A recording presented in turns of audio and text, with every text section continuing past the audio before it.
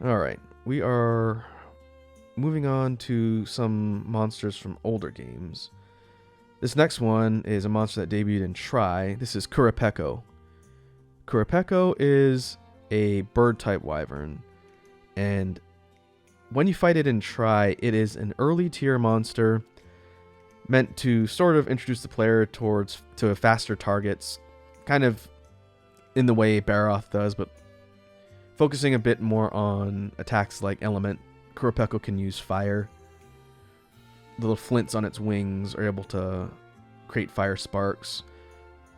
But one of the more noteworthy things of this monster that I think set it apart from a lot of the other ones in Tri's library is the fact that it has the ability to call other monsters to it. When you fight Kuropeko throughout the different games, sometimes it'll go into sort of a dance and start trumpeting with its beak and broadcasting loud sounds.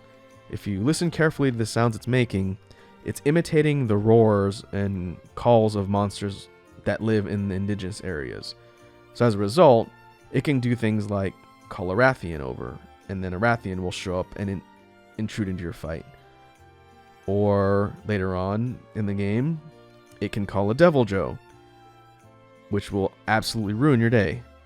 And as a result, this monster sort of developed a reputation as a troll because it's essentially what it does. It's not a difficult fight, but it's got kind of a funky design, and the fact that it ruin your day just by calling in some of its friends, I think is pretty noteworthy. So I'm going to put Kuropeko up here on B tier. Let's put you up here behind Desert Barioth. Kuropeko's made appearances in a lot of games from the 3rd generation on. It is not present in the current generation, so I'm curious to see if we'll see it make a return in Rise. Next up, we have, I think this is the first of the dromes. This is Velocidrome. The Velociprey are these little dinosaur raptor mobs that run around the maps in the older games. They're basically nuisances, sort of like the modern day Jaggies or Jagras in the current generation. Velocidrome is the boss of these monsters, a larger pack leader that's a low level target you can fight. I think the dromes are not going to rate super high on the list here. They have minor nuances between them, but they're basically just big raptors. And the fights are not super memorable, aside from the specific gimmicks. Velocidrome doesn't really have any gimmicks, it just attacks. So I'm going to put it up here at the bottom of C tier. The Capcom developers always like to include these sort of drome type or great blank type monsters as early game target transition the hunters that are newer into fighting real targets. But in the older games, I feel like these dromes didn't really age that well. So we'll sort of compare that to the later contemporaries as we proceed through the list here. But we're going to put Velocidrome down here on C tier. Not the worst, but kind of forgettable.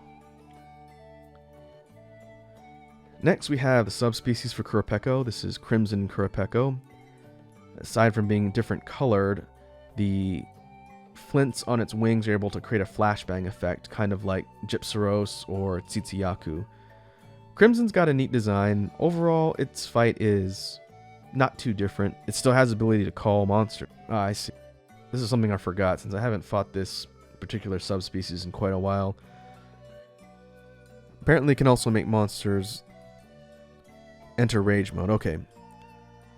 I guess I read this wrong. It can summon monsters and also buff them. That's sort of its gimmick. And make them enter rage mode. Crimson, it's got a neat design, but again, it's more or less the same fight. So I'm going to put it over here on C tier.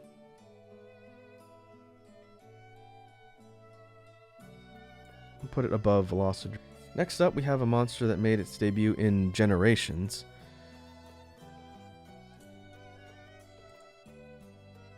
We have the owl-like Malfestio. Obviously, as a bird-type wyvern, Malfestio is interesting. It has the sort of jester-like horns or parts to its head And its body is sort of a mix of blues and yellows. And this monster, as an earlier game target in Generations, is unique in that it had a couple different attacks that could really screw with the player. One of them was this sort of confusing beam that it shoots that if you get hit by it, it reverses your controls for a little while. And that wasn't something that existed in any other Monster Hunter game. It could also put you to sleep. And overall, it's a pretty memorable monster for an early game target. I do think Malfestio is pretty cool. So I'm going to put it up here on B tier. And I think I'm going to put Malfestio ahead of Xeno'jiiva on B tier, sort of in the middle. Really neat monster, and one I hope they bring back in future games. Next up is its deviant. This is it Night Cloak Malfestio? Yes. Night Cloak Malfestio's got a bit different design, different coloring, but one of the main gimmicks of this deviant is that it can turn invisible. As its name would suggest, it can sort of vanish and reappear elsewhere, very ninja-like. Overall, it's a pretty neat monster. I don't remember its gear being that useful, but that's not factoring in the rating, so it doesn't really matter. I'm going to put Night Cloak on lower B tier. Let's say... I'm going to say behind Hypnoc.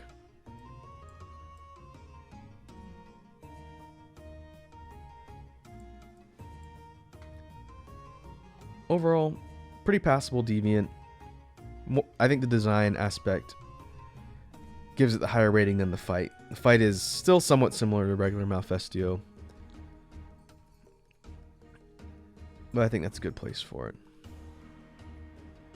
Next up, we have a monster that debuted in Monster Hunter World in the current generation. We have Pukapuke. Pukapuke is also a bird-type wyvern, I believe. And Pukapuke is a lower tier, earlier game target, sort of like your Rathians and whatnot in world. And overall, its fight, I think, is pretty straightforward. It's basically a big sort of chameleon wyvern. It's got this brightly colored plumage and a long tongue that can use to sort of smack you around, and it spits poison.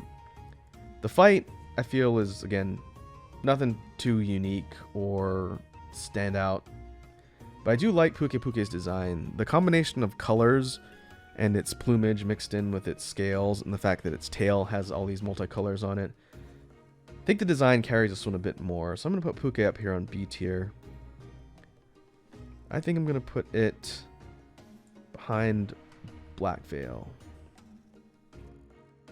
I think it serves as a pretty unique and interesting earlier game target, meant to sort of introduce the player to status ailments and learning monster tells, and I didn't mind fighting it. So yeah, B tier for Pukapuke. For the subspecies of Pukapuke, Coral Pukapuke, or Fire Hose Butt, this monster is definitely a different fight. You encounter Coral Pukapuke in the Coral Highlands, and unlike its regular cousin, it focuses on a lot of water-based attacks. Throughout the fight, it'll go and drink water from the nearby sponge-type things in the area, and its tail will inflate, and it'll use its tail like a really high-powered water gun. And it's definitely a more challenging fight since you encounter it on Master Rank, and it's no pushover. I do think its coloring and patterning on its design is good. There's not a whole lot different from the standard Pukapuke variety other than the coloring on Coral, but it is good, and the fight is a little bit annoying, but not too bad, so I'm going to put it on C tier. I think I'm going to put Coral Pukapuke, let's see, I'm going to put it below Baleful. Looking at the other things on the list here, I think it stands out a bit more than some of these other ones on here. I wouldn't say I like Shrieking Legiana better than Coral Pukapuke. So, yeah, we'll put it here sort of in the middle of C tier. Next up, we have a monster that debuted in Generation 4, I believe. 4 and 4U. We have Celtus. Celtus is an early game target. It's a small, flying, I think it's a Neopteron, which we haven't really seen much of in the recent games. The Neopterons tend to be flying, bug-type monsters. And Celtus is a pretty easy early game target. The fight really doesn't get too real until you involve its girlfriend coming up here in a couple entries. But Celtus is fine. I'm going to put Celtus on C tier. Let's put Celtus... Put Celtus over here. I think its design and coloring are pretty neat, but its fight is really nothing special. It's an early game target. It's kind of a punching bag. Next up is a subspecies, Desert Celtus. Desert Celtus looks different, but really doesn't behave too much differently. I think some of its attacks can hit you for different debuffs. The regular version has defense down, I want to say. The desert one, I don't know what the desert one does. Possibly paralysis. Overall, it looks different, but it behaves more or less the same. I'm going to put Desert Celtus down here. I'm going to put it on D tier. Overall, pretty forgettable monster. It looks neat, but other than that, there's not much to it. Now, Celtus Queen is interesting. Celtus Queen is encountered a little bit later than the regular Celtus. This is the female mate, as you can tell by the title. But unlike the small, lightweight flyer that is the regular Celtus, the female version is like a tank. It's a sort of large, armored, shell-like insect creature with a big pincer tail. And Celtus Queen is a really neat design, in my opinion. It is imposing in its overall design, and the fight itself is pretty neat too. One of the gimmicks to this fight is Celtus Queen can call her mate over, and she will grab him out of the air, sort of plant him on top of her body, and they'll both sort of become one unit and attack the hunter that way. The male Celtus can carry her around the arena, sort of like a transport. He'll take pot shots while he's hanging around on top while she's trying to run you over. I think Celtus Queen makes the regular Celtus a lot more interesting. As a result, I'm going to put her up here on A tier. It's a monster that I think is really neat to fight, and I want to see more of in future games. So I'm going to put her up here above Malfestio. Overall, there's a lot to this fight, and once they're both on screen, it can be decently challenging, especially on the upper tiers of difficulty. And just to add insult to injury, she can also eat her partner. She'll smack the guy around on the ground and then eat him to regain health. Pretty unique design, unique gimmick. I like the Celtus Queen. I think if these two come back in later games, it could be interesting. Now, the subspecies counterpart for Desert Celtus is Desert Celtus Queen. And design-wise, she looks a little bit different. She has a different color palette, and the shape of her tail is a little bit different. Overall, the fight's pretty much the same in that you fight the two sort of as a pair.